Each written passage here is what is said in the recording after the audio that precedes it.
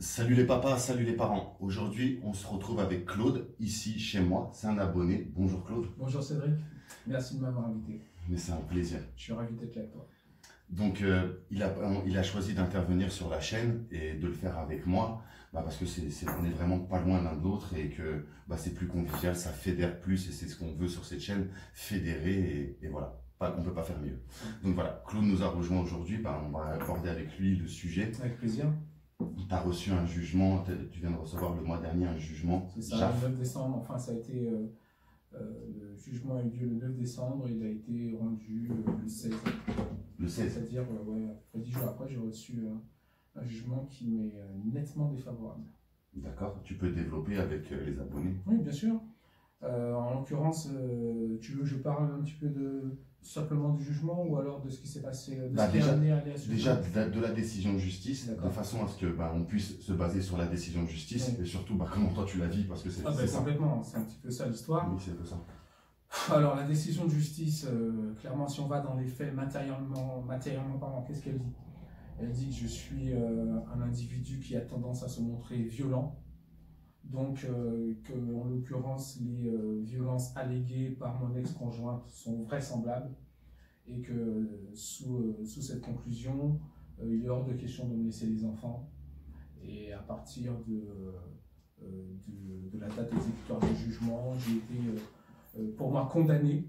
Je veux le dire comme ça, hein. Pour moi, c'est une vraie condamnation puisque je ne peux voir mes enfants que 2 fois par mois en milieu médiatisé. C'est un gros mot que je ne connaissais pas, mais en gros ça veut dire que finalement je vais aller voir mes enfants en prison, c'est un peu comme ça que je le vis. Je vais aller voir mes enfants pour qui je suis présent depuis 8 ans, puisque la plus grande a 8 ans, et le jour où je l'ai eu dans les bras, moi ma vie, très simplement ma vie elle a changé, je suis passé de homme à père, et en l'occurrence même la lumière en fait elle a été différente. Moi je vois la vie complètement différemment.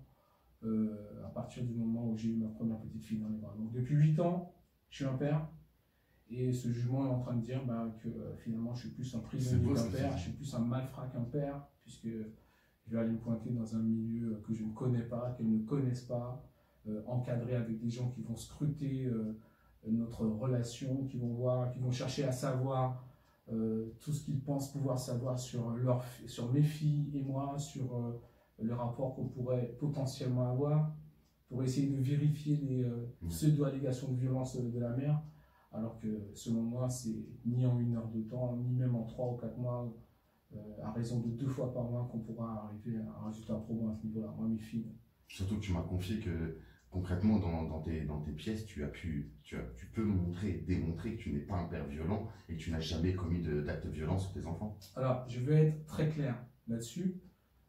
J'ai des pièces qui sont des preuves accablantes. J'ai le moyen de prouver à tout moment que non seulement je ne suis pas violent avec mes enfants, non seulement la partie adverse produit des preuves qui sont des fois des faux, tout simplement, des faux en écriture par exemple, et j'ai démontré, puisque j'ai saisi un expert graphologue, criminologue, agréé de la Cour de cassation, je n'ai pas été prendre l'expert du coin.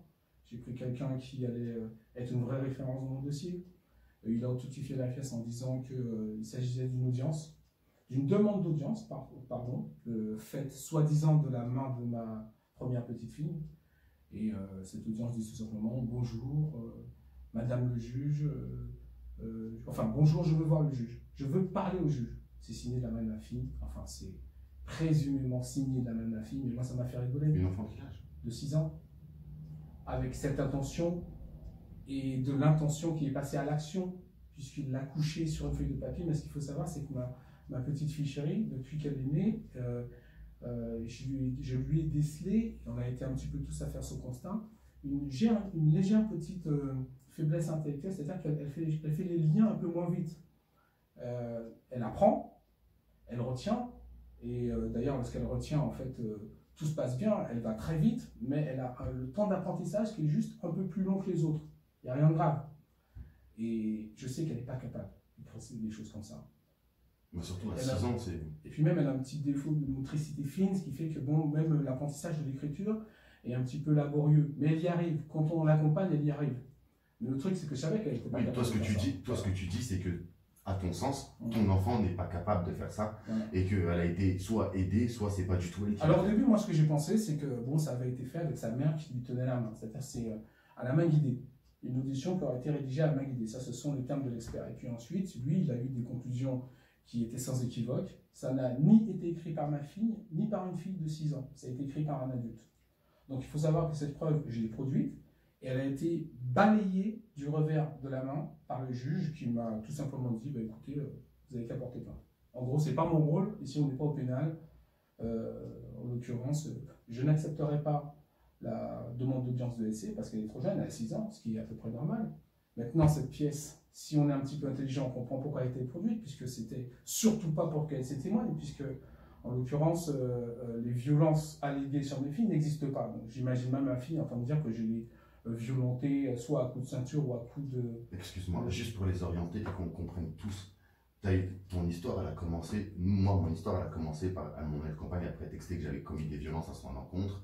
Et ça n'a pas commencé par là. Toi, ça n'a pas commencé comme ça. Comment on en arrive à des violences d'enfants, en fait? Alors, moi, c'est quelque chose que j'ai un peu du mal à m'expliquer. Mais si tu veux, je pense qu'au départ, je ne vais pas jeter la pierre à mon ex-conjointe. On a eu quand même une relation de couple assez conflictuelle, on est très différents, ce qui fait que ça a très vite clashé. Et bien que j'ai essayé, et ça c'est mon parti pris, de temporiser, tu vois, de faire en sorte que les choses se passent du mieux que j'ai pu, c'est vrai qu'il y a eu des moments où j'ai perdu patience et je suis tombé avec elle dans le conflit à bras raccourcis. Ceci dit, les violences, que ce soit sur elle ou sur les enfants, n'ont jamais existé. Elle en a allégué beaucoup et ce qui est juste extraordinaire, c'est que je ne comprends pas comment fonctionne le système, puisque après, nous avons pu, fin 2017, ça c'est important ce que je vais dire, nous avons rompu en fait fin 2017. Fin 2017 à janvier 2019, c'est-à-dire, oui c'est ça, à peu près 1 an et demi, c'est ça, à peu près 2 ans? Non. Ouais, c'est ça, 1 an et demi. Voilà. Oui, un peu plus d'1 an en tout cas, on s'est débrouillé. De 2017 à 2018, on a gardé les enfants en fonction de son emploi du temps, en fonction de son desiderata, et pas seulement son emploi du temps, puisqu'elle a un métier qui l'oblige finalement à être absente à peu près 15 jours par mois. Donc pendant les 15 jours où elle n'est pas là, bon, c'est moi forcément, c'est moi qui garde les enfants. Et quand elle revient, il y a quand même du temps de présence qu'elle fait ici en France, où moi je gardais aussi les enfants, ce qui fait que je gardais les enfants quand même sacrément souvent. Aussi, bon, on se rendait des services, je leur rendais un peu plus, mais en tout cas je gardais les enfants sacrément souvent. On s'est débrouillé comme ça. Il y a eu, on ne s'est pas entendu sur tout, mais pendant 1 an et demi, jusqu'à en fait octobre 2019, c'était comme ça. C'est-à-dire qu'en gros, il y avait une garde alternée qui était positionnée. À partir du moment où je lui ai dit, parce qu'en fait, on a toujours foncé comme ça, dans le cadre du couple, je m'adaptais à son emploi du temps. En fait, en gros, je travaillais en tant qu'entrepreneur de chez moi. Mon bureau, c'était chez moi, ce qui me permet, et je crache pas dans le soupe, ce qui m'a permis de voir grandir mes filles et d'avoir du temps de qualité avec elles. Mais une fois qu'on a rompu, ça c'est un accord dans la vie de couple. C'est un accord pour faire avancer la famille. Une fois qu'on a rompu, moi je vais signifier que bon, tout ça, ça ne m'intéresse plus. On ne peut plus faire comme ça. Maintenant, il va falloir qu'on pose des choses un peu mieux cadrées en tout cas, pour me permettre moi de continuer à grandir professionnellement. Par exemple, une semaine, 15 jours. Sauf que ça, en fait, ça ne lui paraît pas. Elle m'a couché sur 17 mails, je les ai recensés. 17 mails sont ses intentions, c'est-à-dire tu as toujours gardé les enfants, et là je la cite, tu as toujours gardé les enfants en fonction de mon emploi du temps, je ne vois pas pourquoi ça changerait. C'est ce qui est le mieux à faire pour moi et pour les enfants. En l'occurrence, en gros, je m'en parlerai de ce que tu as à faire dans la vie, tu n'as pas besoin de refaire ta vie, et ton statut professionnel qui ne décolle pas parce que, en gros, tu fais ton fonctionnement, ça non plus, ça ne m'intéresse pas. Moi, je veux rester dans mon petit douillet, tranquillement, et je continue, en fait, à faire avancer ma vie pro, à voir mes amis, et peut-être à refaire ma vie, ce que je lui souhaite. Tu vois, je lui souhaite tout le bonheur du monde à ce niveau-là. Mais en l'occurrence, ça, en fait, elle veut continuer à le faire à mes dépens. C'est pas possible. Si tu avais un coup de gueule à porter, là, aujourd'hui, si tu devais dénoncer un dysfonctionnement, ça serait lequel? Alors pour moi, il y a un gros dysfonctionnement. Je vais être sincère. C'est vrai qu'aujourd'hui, j'en veux un peu à mon ex. Maintenant, c'est même pas elle la fautive. Parce qu'en l'occurrence, elle a elle a peut-être des idées arrêtées sur les choses, elle pense peut-être qu'en tant que mère, elle a peut-être plus de droits que moi, mais il y a quand même un système qui le lui confirme. Par toutes ces allégations, parce que ce sont des allégations, elle a finalement dit que je l'avais violée pendant les 8 ans où nous sommes restés ensemble. Elle a dit que j'ai frappé mes enfants avec des coups de ceinture. Elle a dit que je frappe. Alors, elle a des attestations. Elle a des attestations de personnes autour d'elle, de sa famille, qui attestent et signent sur un document en fait, qu'on présente en justice, où elles disent que je frappe mes enfants la nuit pendant qu'elles dorment, noir sur blanc. Et ça, quand je dis des gens de sa famille, c'est pas plus que sa mère. C'est pas moins que sa mère qui a fait une déclaration. Est-ce que tu penses que s'il y avait eu des enquêtes de fait, tu aurais pu démontrer que toutes ces allégations étaient fausses? Je vais aller plus loin que ça. Il n'y a pas besoin qu'il y ait des enquêtes de fait. En non, fait, tout ça... Il faut parler pour un grand nombre. Ah oui. Et si on parle pour un grand nombre, ouais. moi personnellement, c'est ce que je veux demander avec cette chaîne en premier. Faites des enquêtes. Arrêtez de niquer la vie des gens. Bah justement, moi j'ai envie de prendre ce que tu viens de dire par la main et dire que bien sûr qu'il faut des enquêtes, mais même sans aller dans le process, tu vois, de l'enquête, c'est-à-dire aller faire des enquêtes au niveau du voisinage. Par exemple, mes filles, elles ont toujours été en crèche, en halte de garderie, centre de loisirs, simplement, tu vois, aller questionner ces gens-là, c'est déjà rentrer dans le process de l'enquête. Là, on commence à être dans quelque chose d'approfondi. Parce qu'il y a des violences, elles le voient, et ces personnes qui les côtoient, ces gens. Mais complètement. Bah, carrément. Mais complètement. Ah, oui, c'est des professionnels. Agrégés par l'État. Bon. Mais maintenant, si on ne va pas jusque-là et qu'on observe simplement les preuves de la défense, et qu'il n'y a que des dépôts de plainte, il n'y a pas une ITT, il n'y a même pas un rendez-vous pris chez un médecin pour elle ou pour mes enfants. Mais il y a un avocat qui a écrit que ma fille, je lui ai explosé la tête jusqu'à ce qu'elle en attrape des maux de tête contre le canapé. Mais en l'occurrence, cet enfant qui a été ultra traumatisé, qui ne veut plus voir son père, selon les dires de cet avocat, plutôt que de l'emmener chez un médecin, plutôt que de l'emmener à l'hôpital, on l'a traîné au commissariat pour qu'elle puisse en fait, étayer la plainte qu'a déposée sa mère. Et ensuite, une semaine après, sa mère est partie en vacances aux Antilles avec la plus grande, en laissant la petite traumatisée en France avec sa tante. Moi, je veux dire, en fait, quand on a des choses comme ça, il n'y a pas besoin de forcément aller dans une enquête. Ça ne tient pas debout. C'est pas... Non, mais ça serait avéré. Ça aurait été avéré si ça un OPJ, pardon. Oui. Pardon. Si ça... Et moi, pour le coup, la police, je ne les porte pas dans mon cœur, et ça, dans une prochaine vidéo, vous le comprendrez. Mais pour le coup, il y en a des très bons, il y en a des très très bons. Et par exemple, les OPJ qui sont un tout petit peu plus intelligents parce qu'ils font des enquêtes et parce que ils ont ce recul. Si un OPJ se basait à chaque fois sur une vraie enquête et qu'il y avait une enquête qui était faite, comme tu dis, avant, pendant, après. La chronologie simplement. Critiquer la chronologie. J'ai envie de te dire, moi personnellement, elle n'aurait jamais pu me prétendre ce qu'elle prétendait. Et si toi aussi, et on est beaucoup dans ce cas-là. Et aujourd'hui, je pense que ça serait déjà un bon pas. On parle d'égalité parentale. C'est quelque chose que je conçois parfaitement. C'est des choses qu'il faut mettre en place. Et très très vite. Parce que c'est des choses qu'on peut faire là maintenant.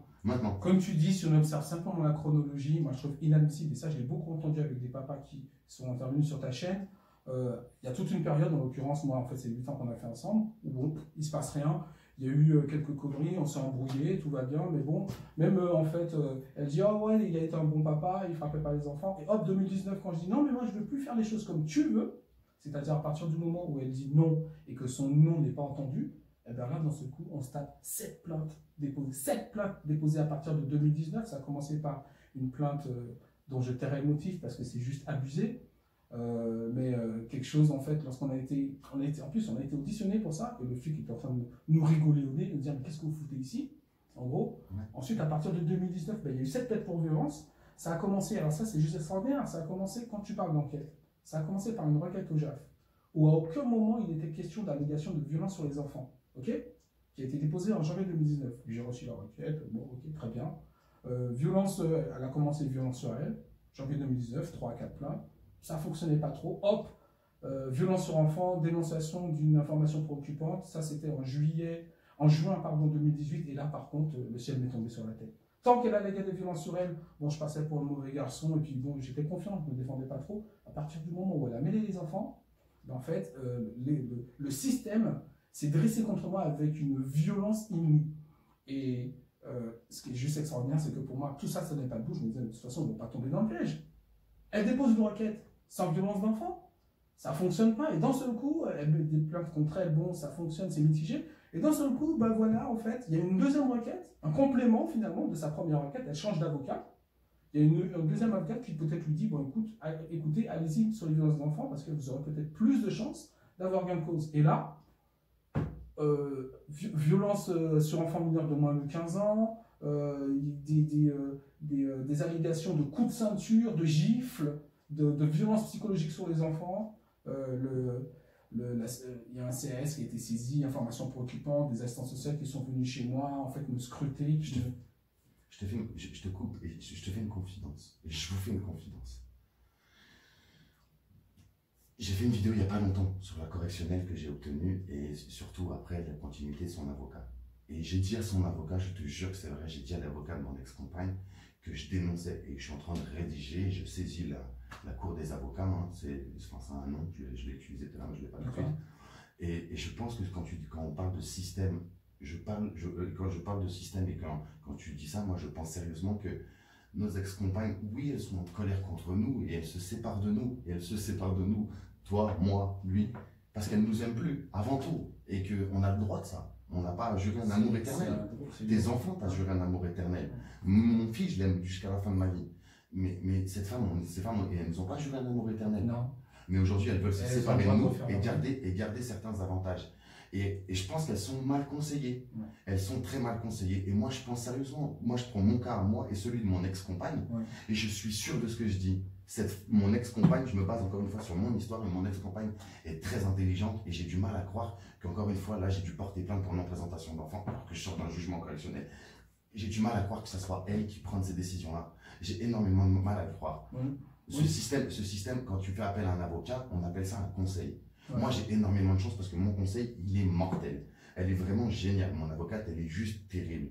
Elle n'a pas demandé tout de suite à se faire payer. Elle a tout de suite défendu la chose. Elle m'a mis au courant de mes droits. Elle m'a donné la vie. Il y a pas, tu vois, j'étais tout seul dans ma procédure. Moi, je pense que tu attires des personnes dont tu as besoin. Parce que... En tout cas, je les cherche. Ouais. Et ce que je veux dire, c'est que, encore une fois, ce système, et pardon, c'est juste que ce système, et ben, vraiment, voilà, cette chaîne, si un jour on est entendu, c'est vraiment ce que j'aimerais, c'est qu'on soit entendu, parce que la guerre entre un homme et une femme qui s'aiment plus, c'est une chose, mais on mêle nos enfants et des dires, comme tu es en train de dire, tu vois. Ils en ont rien à voir, les seuls perdants, ce sont eux. C'est justement ça, moi j'ai écrit une lettre au juge où je lui ai dit que quand bien même, comme tu dis, quand bien même on ne s'aime plus, quand bien même on a eu des dissensions sur des choses, quand bien même en fait, bah, voilà, nos vies doivent se séparer, on a 2 enfants ensemble. Mais c'est toi en tant que femme, en tant qu'homme. C'est ça, c'est vous en tant que dans votre chambre à coucher que ça se passe plus bien. Tu vois ce que je veux dire? Il faut remettre les choses à leur place, pardon, il n'y a pas d'enfant qui regarde cette chaîne. Elle est cochée, aucun enfant. Ce que je suis en train de te dire, c'est que c'est dans votre chambre à coucher. C'est nous, c'est les femmes.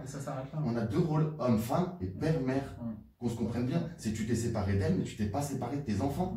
Tu vois ce que je veux dire? Et comme elle s'est séparée de toi, mais pas de ses enfants. Tu vois ce que je veux dire? Non seulement je vois ce que tu veux dire, mais excuse-moi, mais pendant que tu dis, j'étais en train de réfléchir, et c'est vrai, je comprends pas, c'est que cette propension qu'ont certaines personnes à déplacer le problème sur une autre personne ou sur autre chose. Et là, en l'occurrence, l'autre chose, comme tu dis, ben, ce sont nos enfants. Moi, mes 2 filles, et je ne sais pas si c'est ton cas avec ton fils, sont devenues des enfants soldats. En l'occurrence, elles sont la meilleure possibilité qu'a mon ex de me faire du tort aujourd'hui. Et comme tu disais tout à l'heure, ce qui est vraiment le plus déplorable dans l'histoire, c'est que je lui en veux, mais j'arrive même pas vraiment à lui en vouloir. J'en veux plutôt à un système qui est là, opérant, et qui lui permet d'amplifier, mais de façon juste incroyable, ses actions. Si elle décide, elle a décidé de toute façon, elle a décidé qu'elle veut me détruire. Bon, ainsi soit-il, après, qu'elle s'en prenne à moi, ok. Mais j'ai envie de te dire, elle t'aime plus. Bah, oui, mais c'est normal qu'elle veut te détruire. Son cœur, il t'a aimé, c'est une femme. Non, mais quand je te dis ça, c'est quelque chose que je suis prêt à assumer. C'est normal. Voilà. La justice, justement, devrait encadrer et lui dire. Battez-vous contre monsieur, ça c'est vos histoires. Déteste-le autant que tu veux. Son droit paternel, c'est son droit paternel. Les enfants, tu leur fous la paix. On est bien d'accord. On est d'accord. On est complètement d'accord.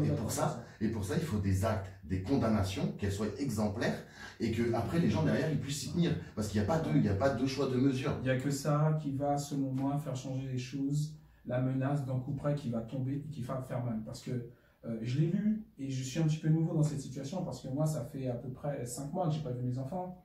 Mais je vois qu'il y en a d'autres qui, c'est des délais, enfin des trucs de ouf, des gens qui ont resté 16 ans sans voir leurs enfants. Base-toi sur toi, toujours toi. Ce que tu vois aux alentours, et je suis en connaissance de cause, comme tu le sais, je suis vraiment investi dans la cause. toi, vois que toi. Parce que si tu commences à regarder l'entourage, ce qu'on fait comme Ça vidéo, peut faire un peu peur.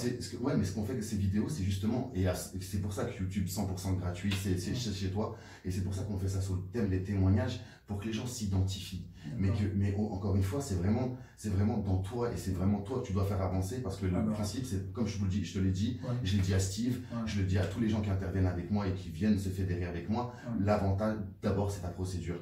Avance sur ta procédure, parce que moi, je le vois, hein, tous les jours et tous les mois qu'on perd avec nos enfants, on ne les rattrapera pas. Et aujourd'hui, c'est quelques mois que tu as perdu avec tes enfants, c'est les tiens. Enfin, voilà. Et c'est vrai que tu vois, mais tu as raison, hein. Tu as vraiment raison, parce que des fois, j'ai un petit peu de mal à dire, ouais, ça fait 5 mois. Parce que pour moi, 5 mois, c'est juste incroyable. C'est pas possible. Mais c'est incroyable, 5 mois, c'est incroyable. Je vais être sincère avec toi, oui, je vais le dire sur ta chaîne, je vais le dire sur la vidéo. Purée, mais. Pardon, tu es un abonné, cette chaîne, elle t'appartient autant qu'à moi. Je te remercie pour ça. Mais combien de fois j'ai pleuré?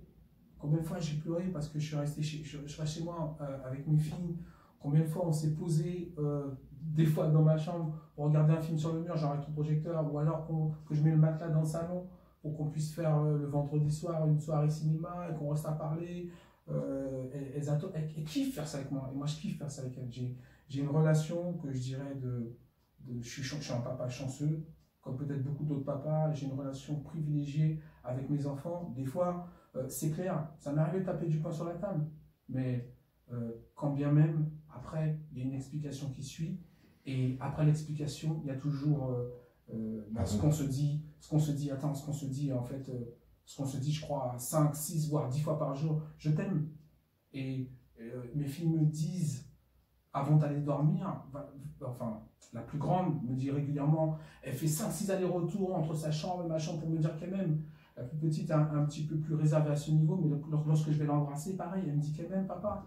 Et ça, tu vois, c'est un truc que tout le monde, finalement, sait autour de moi, y compris mon ex. C'est pour ça qu'en fait, je trouve quelquefois un peu inadmissible de voir à quel point les gens peuvent se saisir d'un système qui va leur être favorable, malgré ce qu'ils connaissent, malgré ce qu'ils savent. Ce que je comprends voilà. pas. Elle l'utilise à dessein, en fait.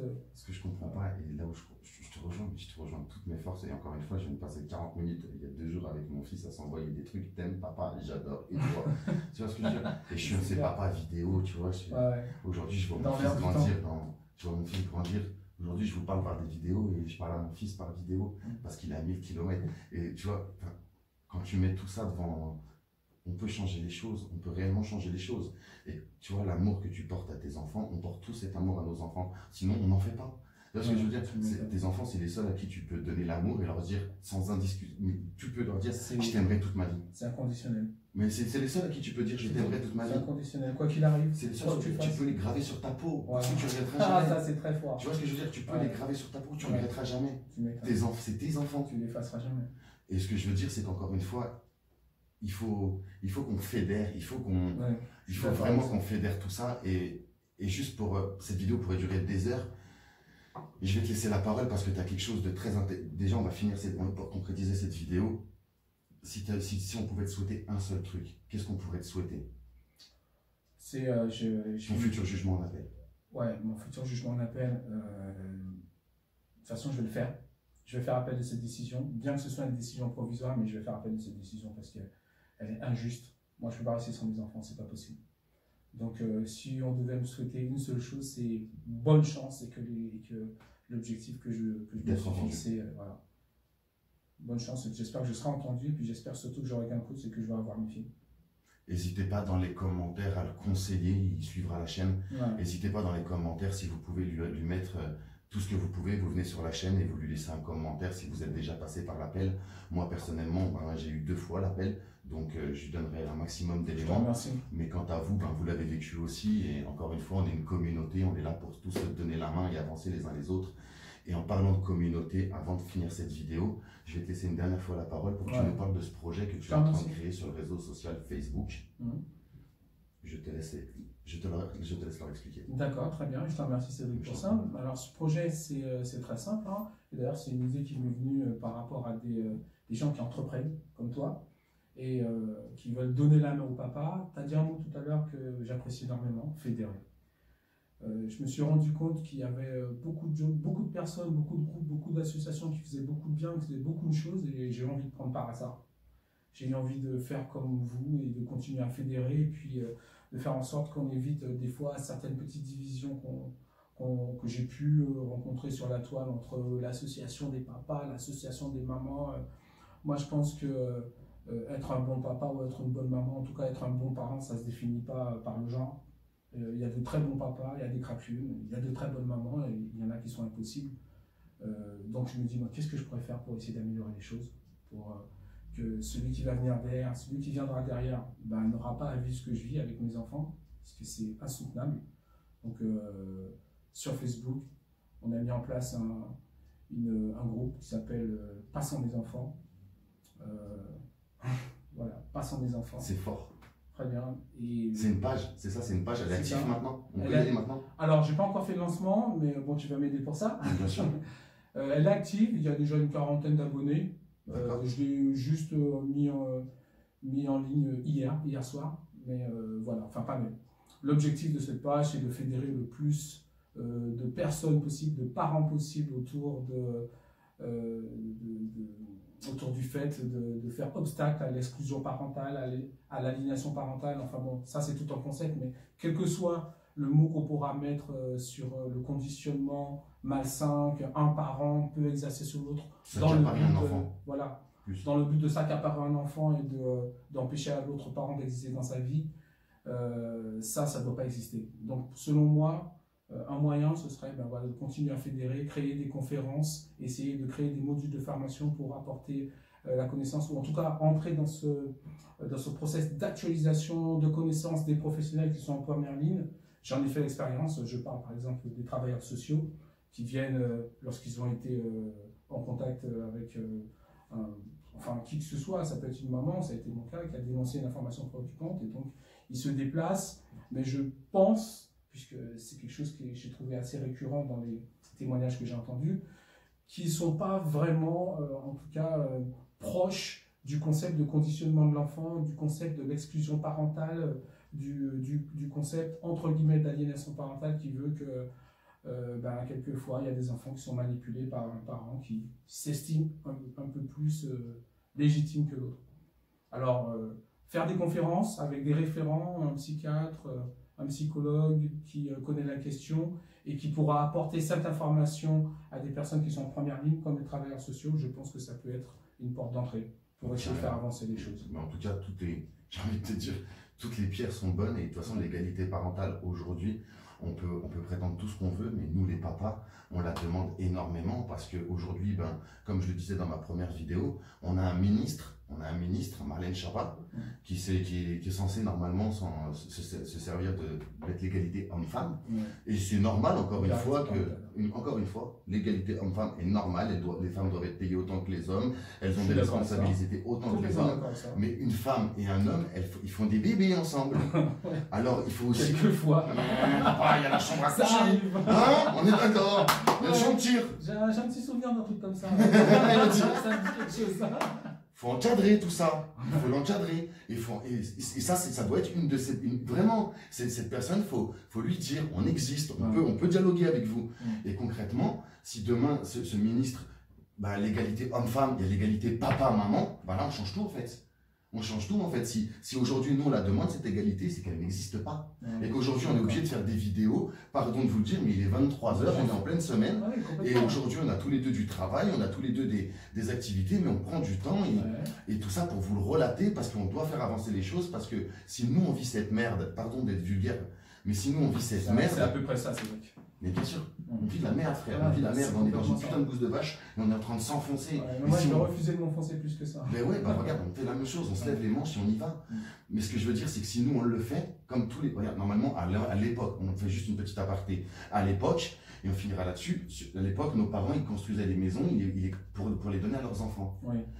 Et nous, aujourd'hui, et c'est pour éviter de la galère, ça, normalement. Et nous, aujourd'hui, on vit cette galère, on vit cette exclusion parentale, parce que c'est ni plus ni moins qu'une exclusion parentale causée par une tierce personne, nos ex-compagnes, et des fois la justice. Donc c'est pour ça qu'il faut dénoncer ça, parce qu'aujourd'hui, on peut nous reprocher tout ce qu'on veut, mais pardon de le dire, mais quand tu es en prison, tu as même le droit d'avoir ton droit parental. Complètement. Comment t'expliques que des gens comme toi et moi, on ne voit pas nos enfants, on doit se battre comme ça, on n'est pas en prison? C'est juste incroyable. pas en prison, pas de condamnation. En l'occurrence, pour moi, c'est la 4e dimension. Parce que ça, tu sais, pour finir, effectivement, moi, j'ai vraiment envie de poser un vrai coup. J'en bégaye parce que pour moi, il y a un vrai coup de gueule à pousser là-dessus. C'est qu'il y a trop de papas qui sont dans cette situation et qui subissent des allégations. Et sur des allégations, eh ben, il y a des décisions qui sont prises et des fois des décisions de justice. Et ça, c'est juste affreux. Comme tu dis, moi, je pense des enquêtes. On creuse un peu, on regarde, bon, si c'est étayé, si c'est vrai, s'il y a des arguments, ok, bon, on s'en pose pas. Mais maintenant, je suis désolé, pas sur des allégations. On juge des gens comme toi, moi et beaucoup qui ont intervenu, qui ont des vrais dossiers, qui peuvent démontrer des choses, sur des géniteurs. Oui, il y a des géniteurs, comme il y a des mauvaises mères. Encore hier, j'allume Facebook et je vois qu'une mère a tué son enfant. Ouais. Tu vois ce que je veux dire? Il n'y a pas que des bonnes mères. Vous êtes tous d'accord pour le dire. Et il n'y a pas que des bons pères. Et on est tous les deux d'accord pour le dire. Ouais, mais acceptez de croire qu'on ne dit pas qu'on est des bons pères, on apprend à l'être. Oui, et le papa t'apprend à l'être. Ah, ça c'est clair. Arrêtez de nous empêcher d'être des papas. Voilà ce qu'on a envie de dire. On apprend, laissez-nous apprendre à notre rythme, mais laissez-nous apprendre. C'est nos enfants. Ouais. Rappelle-nous le nom de ta page Facebook, s'il te plaît. Pas sans mes enfants. Et on propose aussi un concept de groupe WhatsApp où là aussi on va essayer de fédérer du monde pour proposer ce réseau-là pour annoncer en fait par exemple tes événements, peut-être pas essayer d'apporter un peu de souffle aussi à SS Papa ou à toutes les autres associations qui font des événements. Nous on va essayer de pousser et essayer de fédérer le plus de monde autour.